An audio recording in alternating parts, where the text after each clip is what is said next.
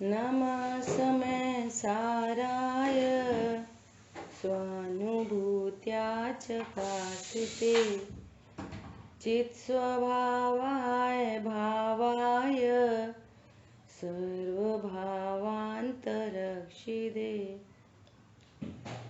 वन्दितु सौवसिद्धे ध्रुवमचलमणोवमं गदिं पत्ते वोक्षामि समय पाहुड ब्रह्मो सुध केवली बड़िदम। समय सारजी ग्रंथाधिराज और हम कलश पर चर्चा कर रहे थे। अमृतचंद आचार्य देवकृत कलश नंबर 23, कलश नंबर 23 पर चर्चा कर रहे थे। इस पर अपन ने श्लोक 8 पर चर्चा कर ली थी। आचार्य भगवान क्या कह रहे हैं, अपनी चर्चा चलती आ रही है पिछली गाथाओं में। 23, 24, 25 गाथा में आचार्य भगवान ने जीव का लक्षण उपयोग बताया। जानना देखना जीव का लक्षण है, पहचान की का चिन्ह है। जीव उपयोग लक्षण के माध्यम से पहचाना जाता है और ये मूर्त पदार्थ, ये शरीर, ये पुद्गल द्रव्य निर्मित है। तो आचार्य भगवान कह रहे हैं कि तू कैसे कह सकता है कि ये पुद्गल द्रव्य मेरा है। इसी बात को यहाँ पर अमृतचंद आचार्य देव और दृढ़ करते हुए कह रहे हैं कि तू एक मुहूर्त के लिए दो घड़ी मतलब एक घड़ी होती है 24 मिनट की, है ना, और 2 घड़ी मतलब 48 मिनट है। 2 घड़ी के लिए इस शरीर को पड़ोसी देखकर, शरीर का पड़ोसी होकर एक बार आत्मा का अनुभव कर, है ना। तो ऐसी अनुभूति होने पर मोह का नाश स्वयमेव हो जाएगा। और जो मोह वृथा था और जिस मोह से दुख था, तो मोह विलय को प्राप्त होगा तो दुख भी दूर होगा। इतनी अपनी चर्चा हुई। देखो भावार्थ, यदि यह आत्मा 2 घड़ी पुद्गल द्रव्य से भिन्न अपने शुद्ध स्वरूप का अनुभव करे, देखो 2 घड़ी के लिए अपने शुद्ध स्वरूप का अनुभव करे, अर्थात उसमें लीन हो, परिचय के आने पर भी डिगे नहीं। कितनी बड़ी बात है। क्या बोल रहे हैं, 2 घड़ी के लिए भी आत्मा का अनुभव करे, उसमें लीन हो, और कितने भी परिचय आ जाए, कितने भी परिचय,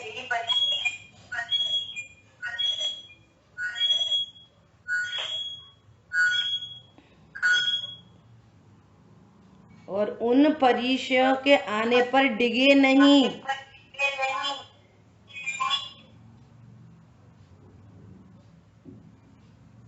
तो घातिया कर्म का नाश करके केवल ज्ञान उत्पन्न करके मोक्ष को प्राप्त हो। गजब है, कितनी बड़ी बात है। मतलब आत्मा का अनुभव करना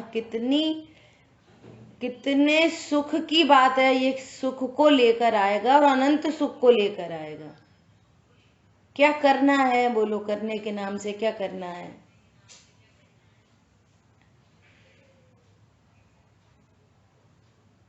बोलो, गजब है। यहाँ कह रहे हैं कि क्षण मात्र के लिए मैं आत्मा हूं ऐसा अनुभव कर, और ऐसा अनुभव करने पर यदि परिचय भी आ जाए, अब ये किसके एंगल से बात चल रही है? मुनिराज के एंगल से, कि मुनिराज यदि परिचय आने पर यदि 2 घड़ी को आत्मा का अनुभव करें और परिचय को जय करें तो केवल ज्ञान उत्पन्न होता है। बोलो, ये आत्मा का अनुभव ऐसी चीज है कि जिसमें लीन होने पर, जिसका अनुभव करने पर अनंत काल के लिए अनंत सुख उत्पन्न हो जाता है। देखो मुनिराजों पर भी कैसे कैसे उपसर्ग हुए। धन्य धन्य वे साधु साहसी, आराधन से नहीं चिगे। परिचय कितने भी आए लेकिन आराधन से चिगते नहीं है। उनको निज आदर्श बनाओ, उर में समता भाव धरो। उनको निज आदर्श बनाओ, उर में समता भाव धरो। तो समता भाव कैसे रखा जाएगा कि भैया हम शांत रहेंगे, समता भाव रखो? अरे सम स्वरूप को जानने से समता आती है। सम स्वरूप को जानने से समता आती है। सम स्वरूप को जाने नहीं और अपने को देह रूप अनुभव करे और कदाचित कषाय की मंदता हो, तो वो कषाय की मंदता अर्थात कम दुख है, वो समता नहीं है। क्या बोला? अपने को देह रूप अनुभव करता हुआ कषाय की मंदता हो तो वो कषाय की मंदता कम आकुलता है, कम दुख है, कम टेंशन है, लेकिन वो साम्य भाव नहीं है। अभी देखो इतने विचारणीय बिंदु हैं। कैसा विचारणीय बिंदु है कि सीता जी को जंगल में निकाला, है ना, जंगल में गई, तो जंगल में जाने पर उन्होंने किसी से कोई शिकायत नहीं की। उल्टा मैसेज क्या दिया कि लोक के अपवाद के भय से आपने सीता को दूर किया, परंतु कैसे भी बाहर में दिक्कतें आ जाएं, कभी धर्म को नहीं छोड़ना। ऐसा रामचंद्र जी से कहना। हमें क्यों छोड़ा, हमारी एक बार तो सुन लेते, पूछ तो लेते। लोगों ने कह दी तो लोगों की बात मान ली, हमसे तो पूछते, वगैरह वगैरह कुछ नहीं। अभी सुनना ध्यान से। ये क्या है? ये मंद कषाय रूप परिणाम है। कैसा परिणाम है? मंद कषाय रूप परिणाम है ये। हाँ, लेकिन उनको धर्मात्मा क्यों कह रहे हैं इस परिणाम से? क्योंकि अंतरंग में मैं ज्ञान स्वरूपी भगवान आत्मा हूँ। मैं स्त्री नहीं, मैं किसी की पत्नी नहीं, मैं तो भगवान आत्मा हूँ। ऐसे ज्ञान श्रद्धान के बल से जो अंतरंग में अनंतानुबंधी के कषाय के अभाव रूप जो वीतरागता है, वो धर्मात्मा है, वो साम्य भाव है। तो वो साम्य भाव होने पर बाहर में जो मंद कषाय दिखाई देती है उस पर धर्मात्मा का आरोप आता है। और जिसके पास अंतरंग में वीतरागता नहीं है, अपने को ज्ञान स्वरूपी भगवान आत्मा नहीं जानता। पर समझ में आया? देह से भिन्न, देह को अपना पड़ोसी नहीं जानता। क्या जानता है? मैं ही स्त्री हूं, मैं पुरुष हूं, ऐसा जानता है। और फिर बाहर में साम्य भाव हो, अर्थात कषाय की मंदता हो, तो वो साम्य भाव नहीं कहलाती। जैसे अनंग सरा का दृष्टांत है आगम में। 3000 वर्ष तक जंगल में भटकती रही, विद्याधर उठा के ले गया, पीछे से उसकी पत्नी आ रही तो पत्नी के भय से घने जंगल में छोड़ दिया। अब वो घने जंगल में 3000 वर्ष तक घूमती रही और एक दिन अजगर ने उसको मुंह में ले लिया। अब उसको पता चल गया कि मैं बच नहीं सकती, तो उसने सल्लेखना धारण कर ली, अन्न जल पानी सब छोड़ दिया। और कोइंसिडेंस है, उसी समय ऐसा हुआ कि उनके पिताजी का आना हुआ और पिताजी ने देखा, ओ ये तो मेरी पुत्री है और अजगर ने इसको मुंह में लिया है। मैं अजगर तो तीर उठाने लगे अजगर को मारने के लिए। पुत्री को बचाना है और अजगर को मारना है। तो वो क्या कह रही है, मैंने सल्लेखना ले ली है, अब मैंने अन्न जल का त्याग किया है, आप इसे मत मारो, मेरा मरण तो निश्चित है, इसको अभय दान दो। ऐसे परिणाम। तो ये कैसे परिणाम है, ये भी मंद कषाय रूप परिणाम है। परंतु धर्मात्मा है कि नहीं, तो कह रहे जब तक वो अपने को ज्ञान स्वरूपी भगवान आत्मा नहीं जाने तब तक धर्मात्मा नहीं। मरकर स्वर्ग में देवी हुई तो इससे पता चलता है कि इसको सम्यक दर्शन ज्ञान चारित्र नहीं था, साम्य भाव नहीं था, अकेली मंद कषाय थी। आई बात ख्याल में। तो जितने भी बाहर में उपसर्ग परिचय होते हैं, उपदेश की भाषा बोली जाती है कि भैया शांत रहो, शांत रहो, शांत रहो, क्या फायदा, बोलो नहीं, शांत रहो, इतने दुखी मत हो, इतनी कषाय मत करो, ऐसा उपदेश है ये सब। कदाचित उस जीव को भी कषाय की मंदता हो, है ना, लेकिन वो संसार से तारने में समर्थ नहीं है। अकेली कषाय की मंदता संसार समुद्र से तारने में समर्थ नहीं होती। और यहां तो क्षण भर निज रस को पी चेतन मिथ्यामल को धो देता है, काषाय भाव विनष्ट किए निज आनंद अमृत पीता है। क्षण मात्र को भी आत्मा का अनुभव करने पर आनंद प्रकट होता है। बाहर में कैसी स्थिति परिस्थिति बनती हैं, उनको सहन करने की सामर्थ्य प्रकट होती है। अब सहन मतलब कोई दुखी होकर नहीं। सहन शब्द का अर्थ है कि दुख नहीं होता और आनंद होता है, इसका नाम सहन करना है। क्या बोला, बाहर में कैसी परिस्थितियां बन जाएं तो जैसे एक सामान्य जीव दुखी होता है, ऐसा दुख तो होता ही नहीं, परंतु आनंद और होता है। इसका नाम है परिचय जय, परिचय सहन होना। देखो चौथे गुण स्थान वर्ती सेठ सुदर्शन, सतियों की कहानियां सब, अनंतमती आदि आदि, चौथे गुण स्थान में इतनी सामर्थ्य प्रकट होती है कि बाहर में यदि कोई तरह की विपरीतता आ जाए, संयोग संबंधी विपरीतता आ जाए, शरीर संबंधी विपरीतता आ जाए, तो वे जीव अनंत दुखी नहीं होते। क्यों, मैं ज्ञान स्वरूपी भगवान आत्मा हूं, इसके आश्रय से दुख दूर होता है। वो देह का परिणमन है, ये मेरा परिणमन नहीं। मैं बाल युवा वृद्ध नहीं, अब मैं बूढ़ा नहीं हुआ, अभी मैं जवान नहीं, मैं बालक नहीं, मैं तो ज्ञान स्वरूपी हूं। ये देह का वियोग होने से मेरा वियोग नहीं होता।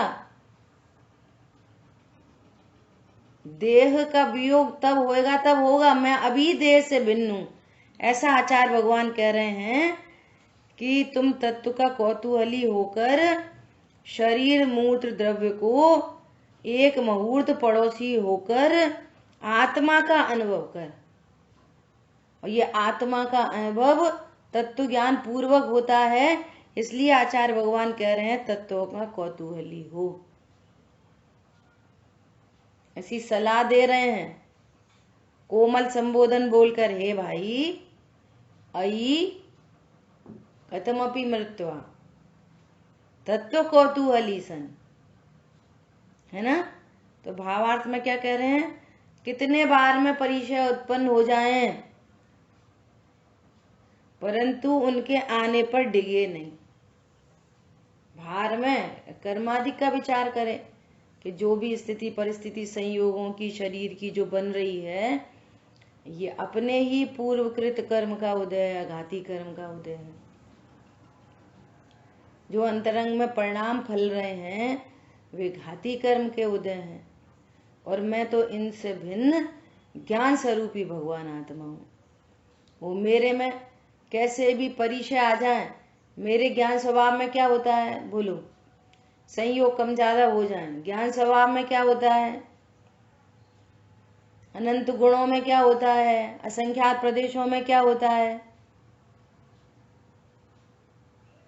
श्यालनी पैर में भक्षण कर रही है तो मुझे छू पा रही है कि नहीं, सिर पर सिगड़ी जल रही है तो सिगड़ी मुझे जला रही है कि नहीं, घानी में पेल दिया, मुझे कोई छू पाया कि नहीं, विचार करो। कैसे कैसे उपसर्ग, कितना मतलब आनंद का मार्ग है कि इस शुद्धात्मा के बल से, अब हमारे ऊपर तो कोई सिर पर सिगड़ी नहीं जला रहा, बोलो इतने घोर परिचय भी इस शुद्धात्मा के बल से दुख उत्पन्न नहीं कर पाते। ये मैसेज है यहाँ पर। उपसर्ग परिचय कृत बाधा किंचित न छूने पावे, मैं ऐसा अमूर्तिक तत्व हूं। वो उपसर्ग परिचय मात्र ज्ञान के गेय हो। उपसर्ग परिचय क्या है, मात्र ज्ञान के गेय हो, दर्पण की भांति ज्ञान में झलक रहे हैं, ज्ञान में प्रवेश नहीं हो रहे। ज्ञान तो सहज स्वच्छ है, मैं ज्ञान हूं, मैं ज्ञायक हूं, मैं अनंत गुणों से परिपूर्ण हूं, अनटच इफेक्टलेस फुल्ली सेफ हूं। बाहर में कैसी स्थिति परिस्थिति बनने पर मेरे में कुछ नहीं होता। बोलो कितना आनंद का मार्ग है, ऐसे आनंद उत्पन्न होता है, ऐसे शांति आती है। तो आचार्य भगवान कह रहे हैं कि परिचय आने पर भी डिगे नहीं तो घाती कर्मों का नाश होता है और केवल ज्ञान उत्पन्न होता है, मोक्ष को प्राप्त होता है, अनंत सुख को प्राप्त होता है। मतलब इस शुद्धात्मा के बल से इतना बड़ा काम होता है। तो कह रहे हैं फिर सम्यक दर्शन, तो केवल ज्ञान प्रकट हो सकता है तो फिर सम्यक दर्शन नहीं हो सकता। बोलिए, बोलो जीवों को 2 घड़ी के लिए जो आत्म सन्मुख होते हैं, ऐसे जीवों को बाहर में परिचय होने पर भी केवल ज्ञान की प्राप्ति होती है, अनंत सुख की प्राप्ति होती है और अनंत काल तक के लिए होती है। तो फिर सम्यक दर्शन हो सकता है कि नहीं हो सकता? अरे बोलो। बिल्कुल हो सकता है। ऐसा देखो क्या कह रहे हैं, आत्मानुभव की आत्मानुभव की ऐसी महिमा है, आत्मानुभव की ऐसी ही महिमा है क्या कि तब मिथ्यात्व का नाश करके सम्यक दर्शन की प्राप्ति होना तो सुगम है। केवल ज्ञान प्रकट हो सकता है तो सम्यक दर्शन तो बहुत सरल बात है। अभी तो उपसर्ग परिचय के काल में भी केवल ज्ञान को प्राप्त करते हैं। तुम्हारे पास तो बहुत शांति है। क्या बोला? अवसर प्रकार से अवसर आया है तो इस काल में हम तत्वों का निर्णय कर सकते हैं।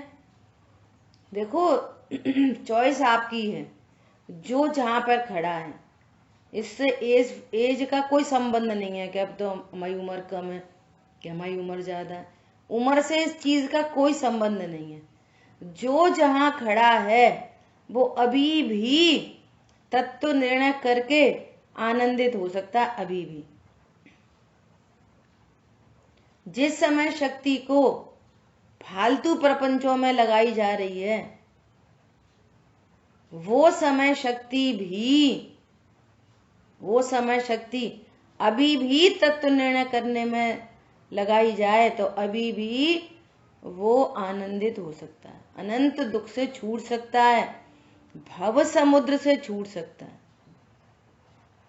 अब कल्पना करो कि आज तक जहां पे कह रहे ना तत्व का कौतूहली हो, अब जो ज्ञान पर का कौतूहली होता है, अच्छा तो फिर उनके घर क्या हुआ? फिर उनकी शादी में कितने लाख की शादी हुई, तो उनके घर में बच्चा हुआ कि नहीं, तो फिर समाज में क्या चल रहा है?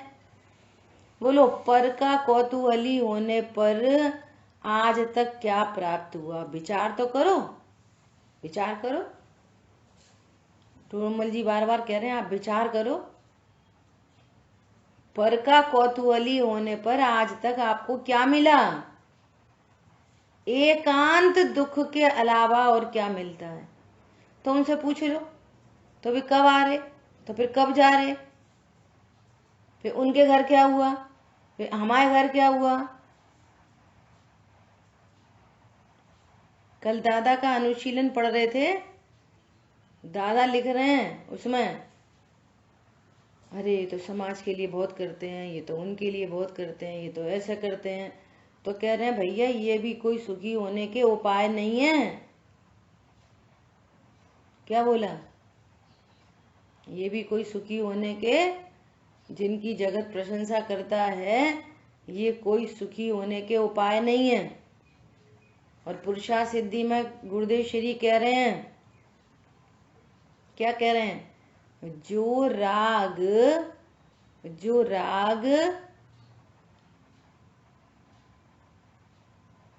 हे है, जो राग हे अर्थात अभाव करने योग्य है, उस राग की प्रशंसा करे तो वो मिथ्या दृष्टि है। क्या? जो राग क्या है? आशव तत्व क्या है? दुख रूप है, दूर करने योग्य है ना? संवर निर्जरा तत्व है, प्रकट करने योग्य उपाधि। संवर निर्जरा क्या है? ये उठा ना इसमें कल सच्चा जैन पढ़ रहे थे, उसमें इतनी बढ़िया, इतनी गजब की, जब स्वाध्याय करोगे तब आप ज्ञानी धर्मात्माओं की जो उनकी रचनाएं हैं, उनके पाठ हैं, उनका मंतव्य आपको तब समझ में आएगा, स्वाध्याय के बल से समझ में आएगा। पंडित साहब ने आपको एक एंगल दिया है कि आप विचार करो कि आपको क्या भाषित होता है। देखो, सच्चा जैन है, जिनेंद्र आराधना में 281 पेज है, किसके पास हो तो वो निकाल सकता है।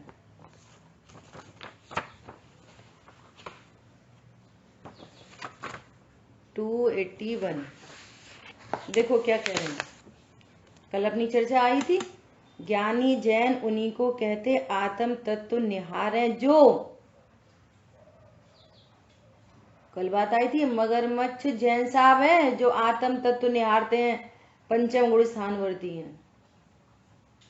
वो नारकी जैन साहब है जो नरक में होने पर भी जो आत्म तत्व निहारते हैं।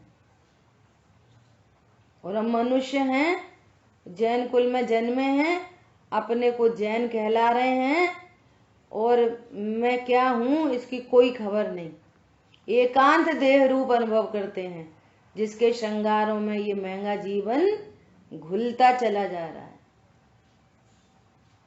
ज्ञान में से एकमात्र देह का लक्ष्य, बस मैं गोरा हूं, मैं काला हूं, मैं सुंदर हूं, मैं मोटा हूं, मैं पतला हूं, मैं रोगी हूं, मैं निरोगी हूं। ये अनंत पाप को उत्पन्न करते हैं ये परिणाम। ज्यों का त्यों जाने तत्वों को, ज्ञायक में चित धारें जो। सच्चे देव शास्त्र गुरु वर की, परम प्रतीति लावें जो। यदि प्रीति है किसी से तो किससे है? देव शास्त्र गुरु से। उनकी प्रतीति सहित प्रीति। और उनकी प्रतीति नहीं है तो काय की प्रीति? ये देव शास्त्र गुरु कैसे होते हैं, कैसे उन्होंने हमारे ऊपर महान उपकार किया है। हम जैन कुल में जन्मे और हमको ये छह द्रव्य सात तत्व की बात सुनने समझने मिली। भगवान ने हमको शुद्धात्मा बताया है। ऐसे हमारे देव, हमारे गुरु, शास्त्र, जिनवाणी किसे कहते हैं? जिनवाणी जिसे खोला, जिनवाणी खोली और दिखा भगवान। खोला ग्रंथ, दिखया भगवान, निर्ग्रंथ स्वरूप, उसको जिनवाणी कहते हैं। चप्पे चप्पे पे लिखा है तुम ज्ञान स्वरूपी भगवान आत्मा हो।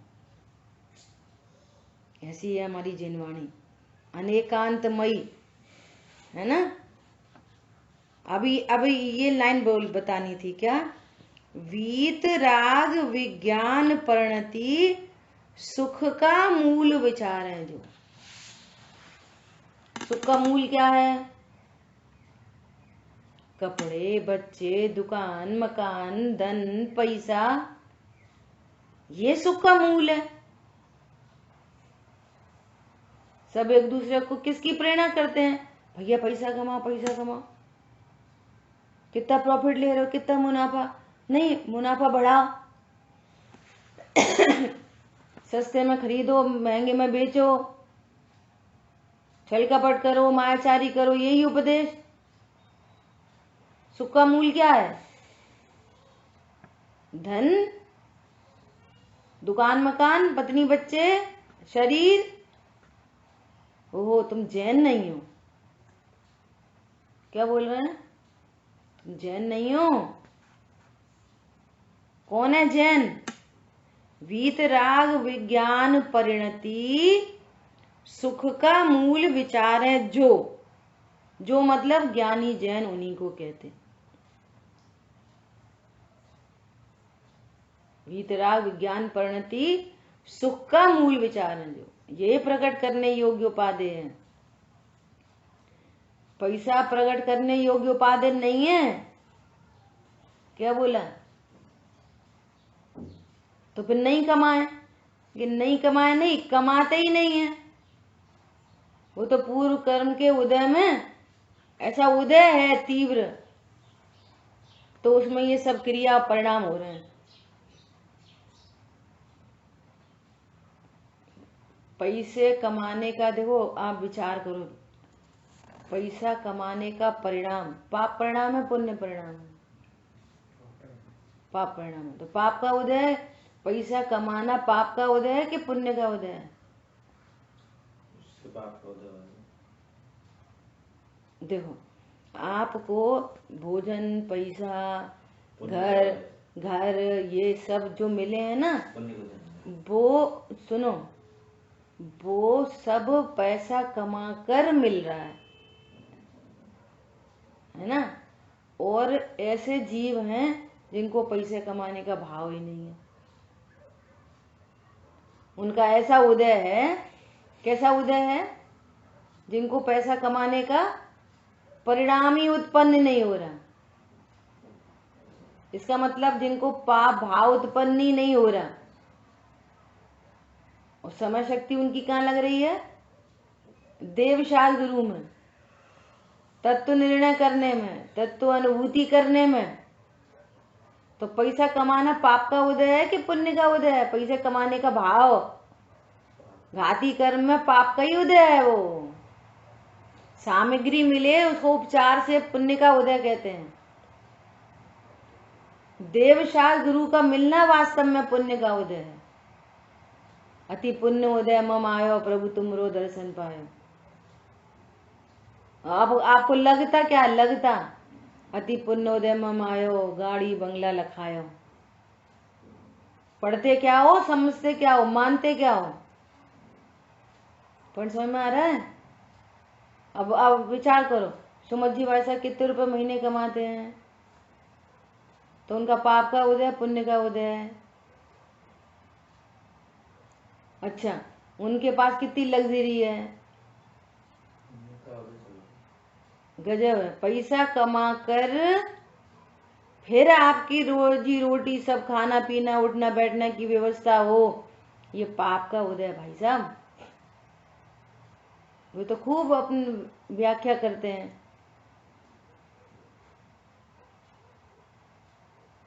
हर बोले तुम्हारे घर के बहू हैं, बच्चे तुम्हें रोटी खिलाने तैयार नहीं है, और हमारे लिए विश्व की जितनी बहुएं हैं वे सब कहती हैं हम अपने यहाँ कराएंगे यार, हमारे करो, हमारा नंबर नहीं लगा दो, हमारा नंबर नहीं लगा है।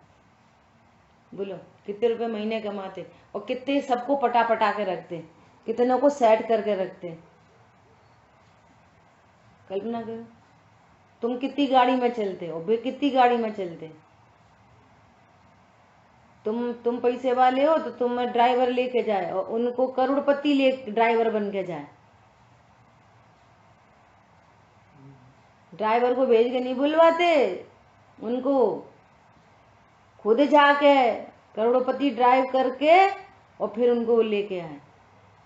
तुम्हारे घर के चांदी के बर्तन धरे रहते, वे आते तो चांदी के बर्तन में उन्हें खिलाते, और तुम टूटी फूटी कटोरियों में खाते। कितने रुपए महीने कमाते हैं वे? पर समझ में आ रहा है? विश्व में कितने घर उनके, सारे मुमुक्षुओं के घर उनके, सब अपने घर ठहराने तैयार हैं, और कितनी देखभाल करनी पड़ती है उन्हें। ये है पुण्य का उदय। समझ आ रही बात? अब उसको पाप का उदय जानकर, अरे कैसा उदय है,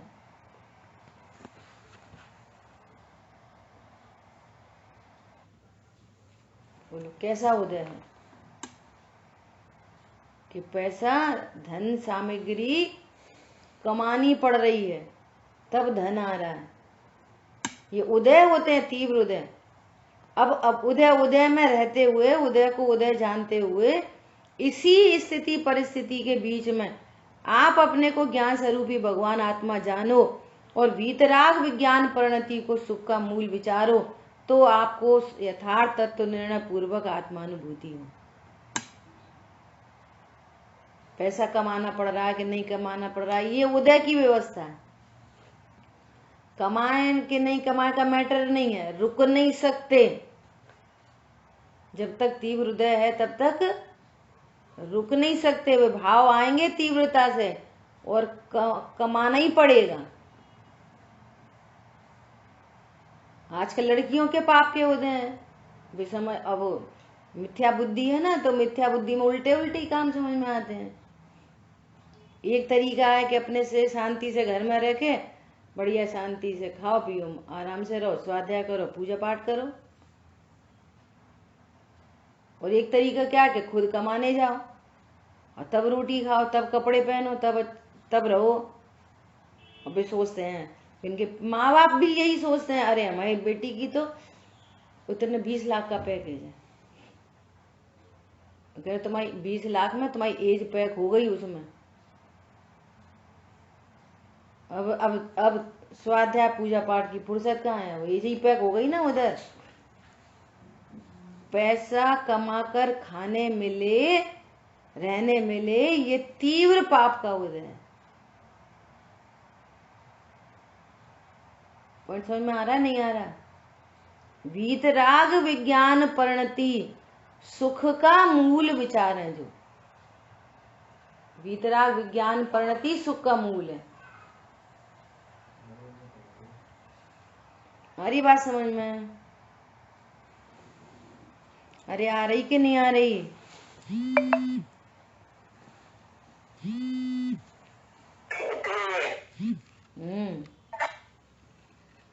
ऐसा देखो क्या बोल रहे हैं,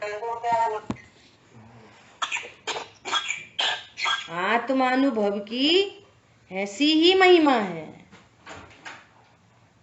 ऐसी महिमा है आत्मानुभव की। और वो आत्मानुभव तत्व निर्णय पूर्वक होता है।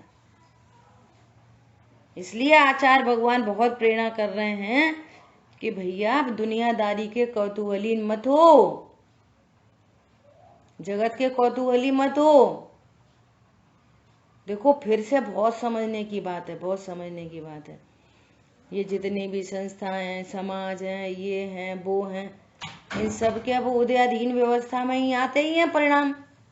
अब ऐसे परिणाम उत्पन्न हो, है ना, तो उनको दुख का मूल विचारना चाहिए।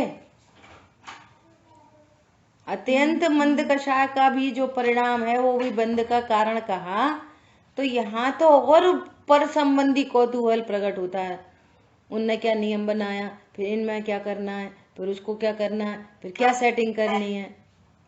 तो आपका उपयोग कहाँ जा रहा है, कहाँ जा रहा है आपका उपयोग। कल दादाश्री के प्रवचन में एक बात और आई कि आत्महित करने योग्य, आत्महित, और आत्महित में करते समय पर का हित हो जाए तो हो जाए। आत्महित करते करते आराधना होते होते प्रभावना भी हो जाए, ये सुनने सुनाने के प्रसंग बन जाए तो बन जाए। लेकिन आपकी प्रायोरिटी क्या है?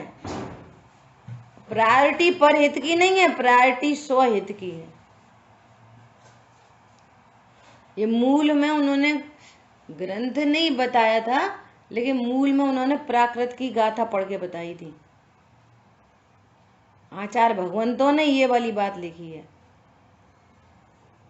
मतलब अपना अपना अहित करके पर का उपकार नहीं करना, ये जिन शासन है। पहले भला करो अपने पर, आराधन से नहीं चिघो। यदि विकल्प कुछ आवे तो भी संबोधन समतामय हो, ऐसा जिन शासन है। दूसरों को सुनाना, दूसरों को पढ़ाना, दूसरों को सुनाना, रिकॉर्डिंग करनी है, फिर वहां भेजनी है, फिर यहाँ भेजनी है। भैया अपना हित करो पहले, सबसे पहले आत्महित। पर का हित हो जाए तो हो जाए, अच्छी बात है। लेकिन दोनों में से आपको एक ही करने मिले तो आत्महित करने, पहले आत्महित।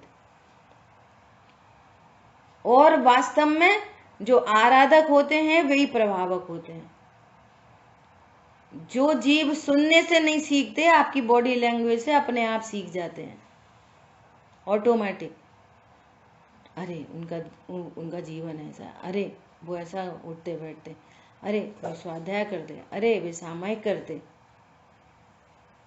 सिखाना नहीं पड़ता, सीख जाते हैं। छोटी सी घर में लड़की है, ये इतना सब कुछ बोलो उसको कॉपी करती है।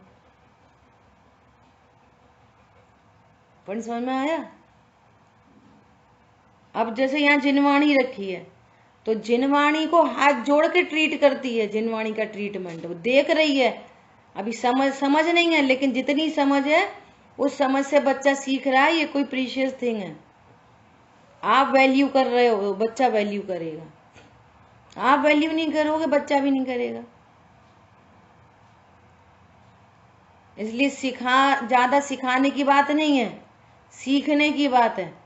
फिर वो आपको देख के दूसरा सीखता है अपने आप, ऑटोमेटिक। और फिर योग्यता लागू पड़ती है, योग्यता अनुसार काम होता है।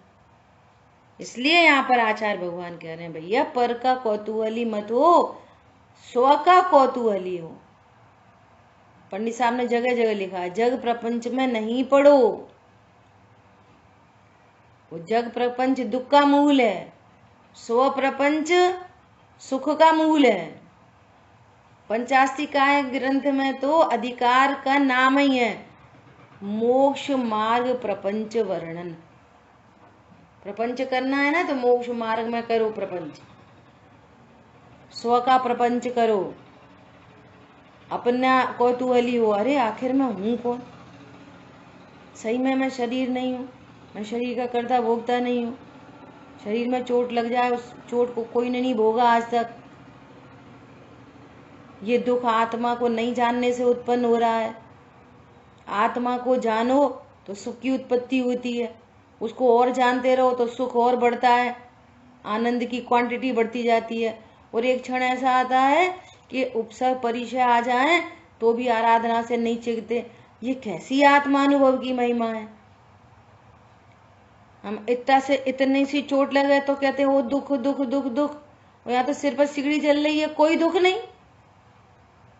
ओहो, ये तो आत्मानुभव की ही महिमा है। वीतराग विज्ञान परिणति प्रचुर मात्रा में सुख का मूल विचार है। जो आपके विचार में अभी भी पर पदार्थ सुख का मूल है, तो विचार करना कि हम भले कितने समय सार मोक्ष महाप्रकाशक और वगैरह वगैरह ग्रंथ पढ़ लें, आप अभी सच्चे जैन बनने की काबिलियत भी प्रकट नहीं हुई, पात्रता भी नहीं आई अभी, ये समझना। और धोखे में नहीं, हम तो सामायिक कर रहे हैं, हम तो ध्यान कर रहे हैं। अरे तत्व निर्णय के बिना कैसे सामायिक ध्यान होएगा। सुख का मूल किसी और को विचारोगे और आत्मा अनुभूति सामायिक करने बैठोगे, और वो तो करना पड़ता है भैया, वो तो जरूरी है, वो तो जरूरी है। वो जरूरी नहीं है, मजबूरी है, ये जरूरी है। ज्ञानधारा कैलेंडर में मार्च का जो पेज है ना, उसमें टॉप में लिखा है मनुष्य भव का एक एक क्षण बर्बाद करना एक एक भव बर्बाद करना जैसा है। ऊपर लिखा है टॉप में, पढ़ना। एक एक क्षण एक भव बर्बाद करने जैसा है, और तुम तो पूरा का दिन बर्बाद करते हो। पर के कौतूहली हो। यहाँ आचार्य भगवान कह रहे हैं भैया तत्व का कौतूहली हो। आत्मानुभव की ऐसी महिमा है।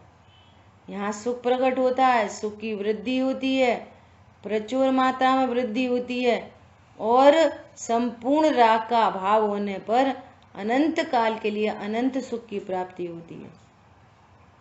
जो शरीर अभी रोग आदि से ग्रस्त है और उसका लक्ष्य कर करके जो दुख उत्पन्न हो रहा है, ओहो ऐसी अवस्था बन जाती है पहले तो कि परम औदारिक शरीर की प्राप्ति हो, और फिर उस परम औदारिक शरीर का भी अभाव होकर अशरीरी सिद्ध दशा प्रकट हो। समझ में आ रही है? और ये टेक्नोलॉजी है। क्या टेक्नोलॉजी है? जिससे भिन्न होना है उसको अभी भिन्न देखो। ये टेक्नोलॉजी है। किससे भिन्न होना है? देह से भिन्न। तो अभी अपने को देह से भिन्न गायक देखो।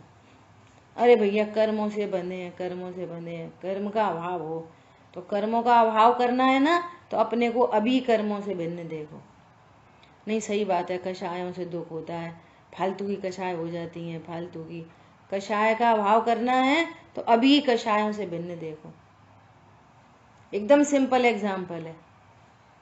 अगर तुम्हें बुखार से रहित होना है तो भैया अभी बुखार से भिन्न देखो।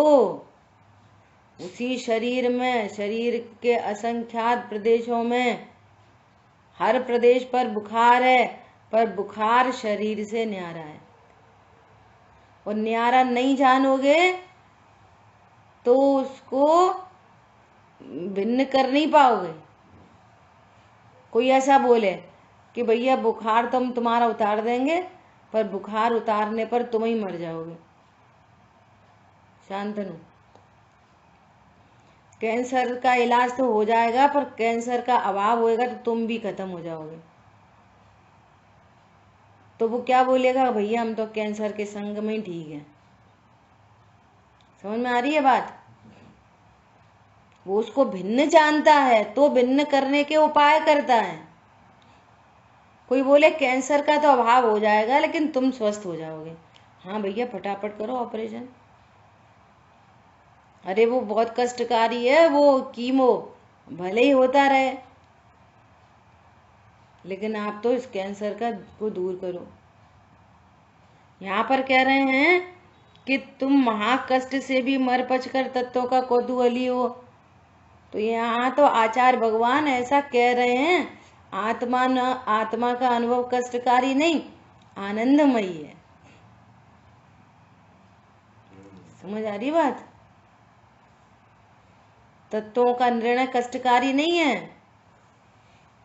जहां जहां तत्व का निर्णय किया और तत्व का निर्णय होने पर उसी की अपने को जब वो मिलती है ना, किसी कोई ग्रंथ को पढ़ोगे और वहां उसका पोषण मिल रहा है बार बार, अरे मैं तो त्रिकाली ध्रुव हूँ, मैं त्रिकाली ध्रुव हूँ, ऐसा पोषण मिलता है ना, तो अत्यंत प्रसन्नता होती है। ये कष्टकारी कार्य नहीं है। समझ आ रही है बात?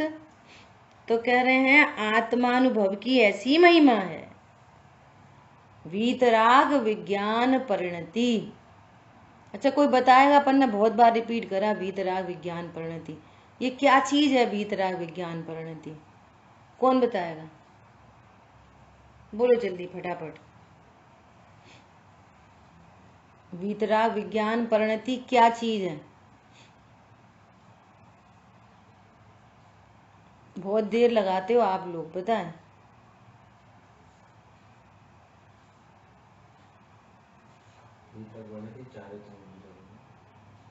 वीतराग विज्ञान परिणति। तो वीतराग मतलब चारित्र गुण की शुद्ध पर्याय, और विज्ञान मतलब सम्यक ज्ञान, सम्यक दर्शन का सम्यक ज्ञान। वीतराग विज्ञान मतलब वो तो इंक्लूडेड है, वो तो अंडरस्टूड है, लेकिन अपन डायरेक्ट बात कर रहे हैं। तो वीतराग मतलब चारित्र का सम्यकपना, और विज्ञान मतलब ज्ञान का सम्यकपना। और जहाँ ये दो परिणति सम्यक है तो वहां पे सम्यक दर्शन तो है ही है, वो अंडरस्टूड है। और तत्व की भाषा में बोले तो संवर निर्जरा तत्व,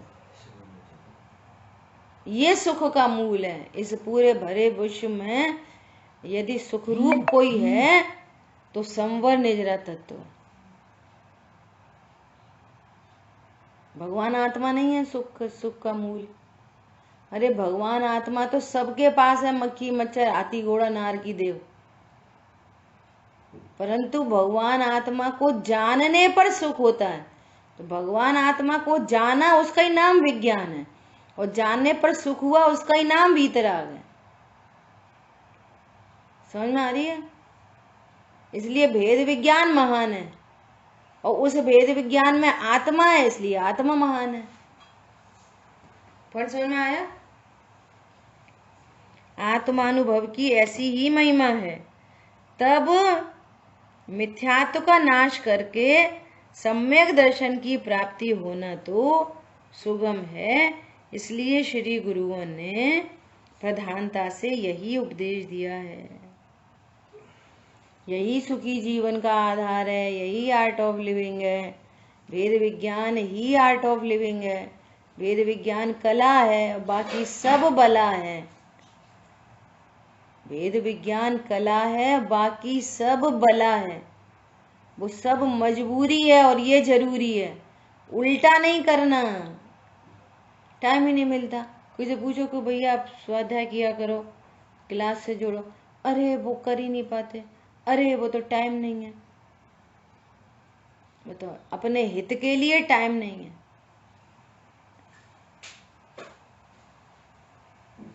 समझ आई बात? देखो, लौकिक के हित के लिए वो किसी के योगा टीचर के पास जाओ, किसी जिम में जाओ, कहीं जाओ, है ना, तो वे सब कितनी प्रेरणा करते हैं। भैया आपके हित की बात है, आपके हित के लिए आप योगा करो, आप जिम में आओ, आप ऐसा करो, ये आसन करो, ऐसा खाओ, ऐसा पियो।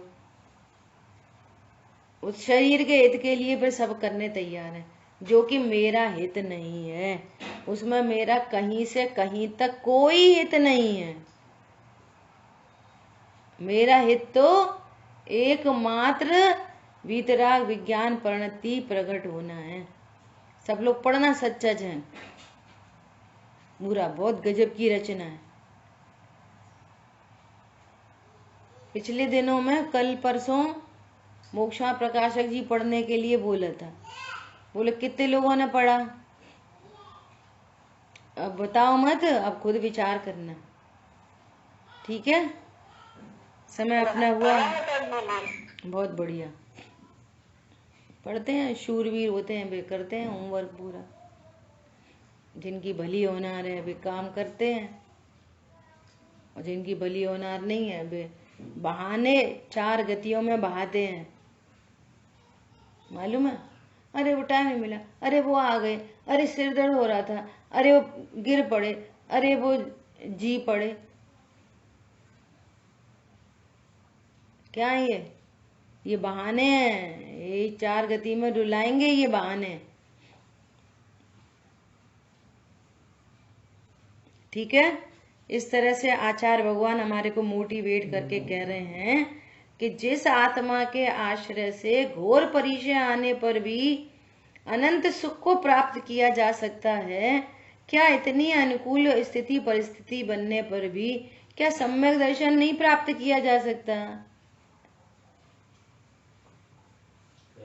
किया जा सकता है।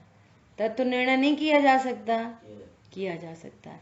इसलिए कह रहे हैं कि अपर का कौतूहली बनने से कोई फायदा नहीं, तत्वों का कौतूहली होकर तत्व ज्ञान करते हुए, तत्व निर्णय करते हुए आत्मानुभव रूप परिणमन करें, ऐसी मंगल भावना है। शेष चर्चा आगे करेंगे। जिन वाणी के ज्ञान से सूझे लोकालोक, सो वाणी मस्तक नमो सदा देत हूँ। बोलिए द्वाशांगमयी जिनवाणी माता की जय हो। जय जिनेंद्र सभी को।